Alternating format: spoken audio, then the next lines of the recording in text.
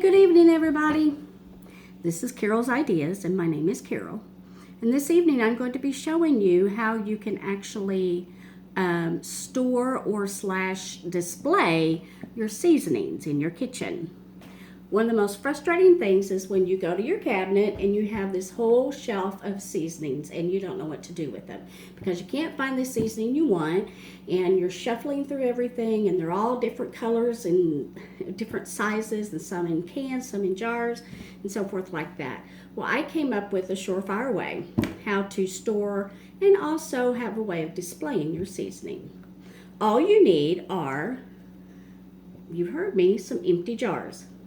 And believe it or not, these jars are Starbucks jars.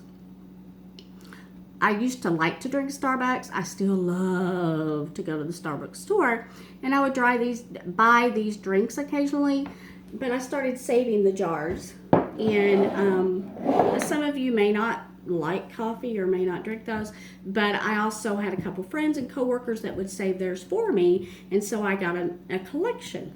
So all you need is a couple empty jars like this. And if you see, some of them will have like a film on them, and you're like, oh man, how am I going to get this film off? Well, you can peel it off just like this. And once you peel it off, of course, you have that nasty little glue film type stuff that's really hard to get off. All you need to do once you get the plastic part off is put it under some water, take your pot scratcher and scrape that, and eventually it will come off. One of the things I recommend is that you totally wash these jars before you use them and let them drain overnight or totally dry, because if you put any seasoning in this while there's liquid or moisture inside the jar, obviously you'll have some damage to your seasonings. So then the only other thing you need are some labels. If you want to go to Walmart and get the fancy little labels, or I keep a pack of these in my kitchen drawer because I'm always labeling something. And you can take a Sharpie, or if you want to buy a colored Sharpie or anything like that, and you want to, let's say I want to take this jar and I want to make it say basil. Then you would simply take this and say basil and write basil on there. Then take your label and stick it on the jar, and there you have it. Then you would put your lid on. Right here I have my chili powder. Now, some people may want to take this lid and paint it black or do something else with it, but I like the authenticity of it, and it helps that I'm a big Starbucks fan. And so this way, when you open up your cabinet, or you could do like I do, you look back here, I've got them totally displayed on the back of my stove. And also on the side of the stove here, I also have a little wire like basket type thing. I think I got it at, I don't know, a yard sale or dollar store for a couple bucks. And that is where I store my extra, okay? So you always have them on display on the back of your stove. Sometimes I like the smaller jars, but you also come in contact with some larger jars. And what I started doing with the larger jars, and I'll see if we can come over this way and see, is I do this. That's actually showing you on the back of my stove. Let's see if I can get it turned enough. There's on the back of my stove, you see all my seasonings. And then right over here beside my stove, let's see if I can get it to turn right.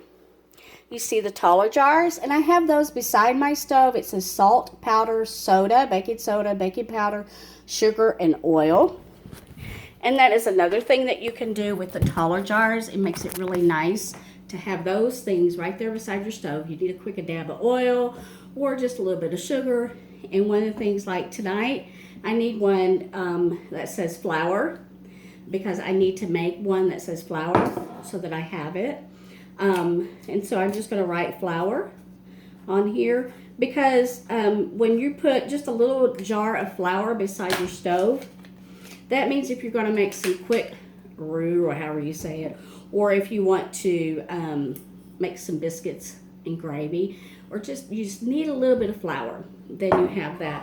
One of the things too is that, let me get this.